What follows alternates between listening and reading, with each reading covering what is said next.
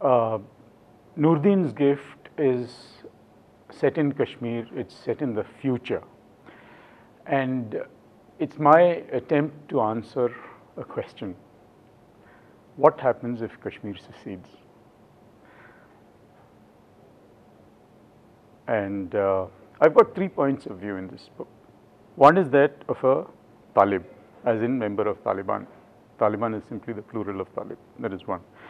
Two is a senior police officer working with the NIA, the National Investigative Agency. And three is a retired army officer who has served in Kashmir.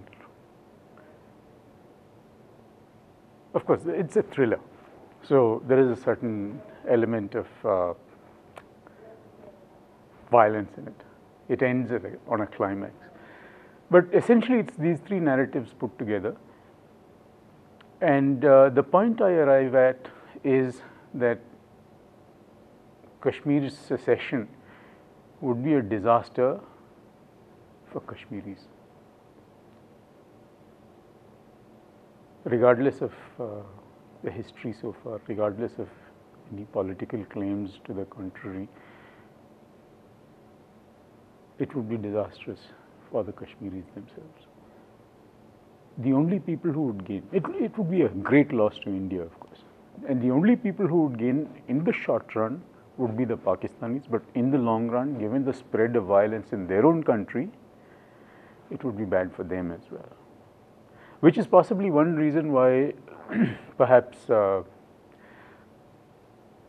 Pakistani army, the Pakistani military establishment, including the ISI, is slowly, well, it seems to me, to be losing interest in Kashmir.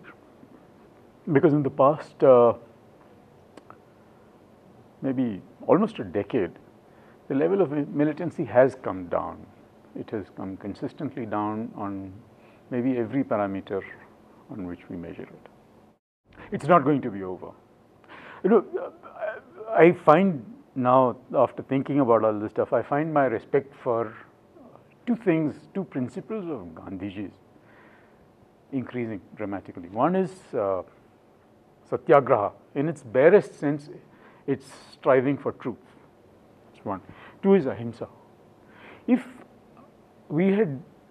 India had gotten independence by violent means,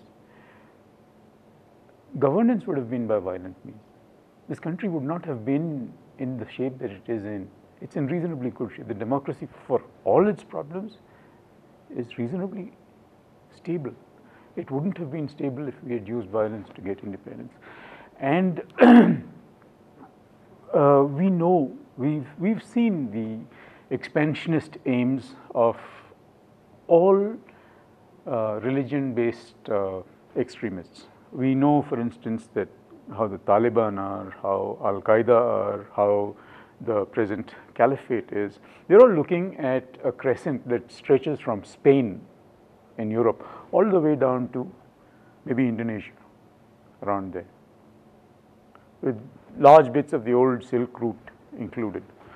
They're looking at that as the ultimate caliphate, not just this little bit of, the Euphrates and so on that they now have. And they will continue fighting until they get it. They're not going to stop with Kashmir. They're going to spread southwards. If you notice, the insurgency that started in Kashmir stopped restricting itself to Kashmir fairly early on. As a matter of fact, my first thriller, Night of the Crate, was about precisely this, that the troubles in Kashmir would spread to other parts of the country. I had said Tamil Nadu, but actually I think Karnataka was the first victim. So anyway, that's going to happen. This process of expansion of trying to expand will not stop. I'm fairly comfortable writing thrillers on account of my background. My father was in the army. I've read a fair bit of military history. I'm fairly comfortable with small arms. I can use them, reasonably good with them. And I have lots of friends and relatives who are still serving in various defense forces. That's one. Two is I read a lot. And like I said, I'm interested in military history and strategy, so I follow up on all those things. And I'm fundamentally an academic. When I was studying in college, I learned, we went through a process of how to do research, how to collect your information, how to collate it, how to find a line that takes you through it. But the whole thing comes from trying to answer one single question. Every book that I've done, except fairy tales, every book that I've done is an attempt to answer one question that raises other questions, that raises further questions. And as you sit and look at your material, a theme takes shape. That's how it works. So I don't start with a plan, a plot. It's a very loose plot, something that I could probably put into a paragraph. And it takes shape as I go along. And the shape is determined by whatever reality emerges from the research I do. Yes, I have sources of information that the layman doesn't have because I have friends in various services and in the intelligence services. I also have lots of friends in journalism, lots of people who are reporters. These again are not available to the average person, so it makes life a little easier. But typically, I end up, just to give you an example, on Noordin's gift, I would have collected about, the book itself is maybe say 120,000 words. I would have collected something of the order of well over 20 times that in the process of writing the book. I didn't write 20 times that much. I collected that much information from various sources, out of which 90% would have been in the public domain. But a crucial 10% would have been from these sources that I was talking about. And it's always that little extra that makes all the difference. I try not to have a plot line. That's one of the things. I have a very loose plot line. Okay, so we have these three narratives. Like, let's take Noordin. We have these three narratives. At the point I start, I have no idea where it's going, because I'm not even looking for a happy ending of any kind. So in this, I have avoided things like, the romance element. That's it. So there is no requirement in any way. So you let the research shape your end. All my books have not been like this, in the sense that when I was writing Night of the Great, for instance, I had a certain, the triumph of the good business in my mind. That's gone now. I don't write like that anymore. So the plot takes shape as I go along. No. The first writer to start writing like that, if I remember right, I might be mistaken because I'm not a literature student, was Charles Dickens. Dickens used to write in sections. His books were serialized.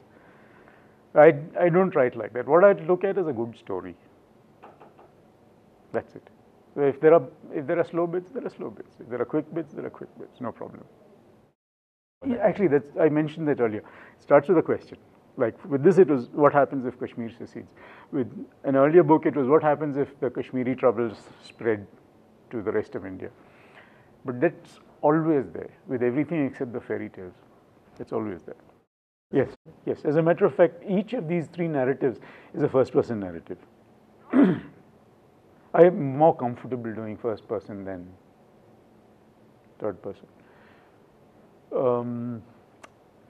It gives you, when you want to do stuff like this, that is, if you want to inject some thought into a thriller, for instance, that is the simplest way to do it. You can have a guy having a conversation with himself. You can have the guy thinking about stuff and explaining his thoughts, which is a great weapon actually.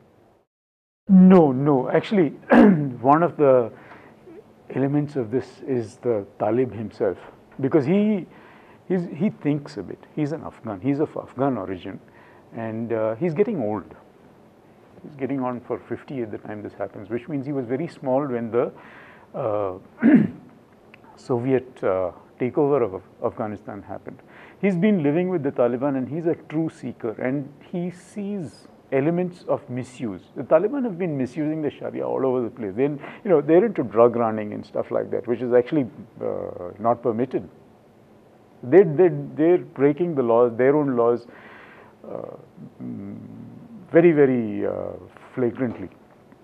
This guy thinks about all these things and says, and he talks about how the first elements of doubt enter his mind. He reads the Quran and he thinks about it and sees, this is what the book says and this is what I see outside. What's happening? For instance.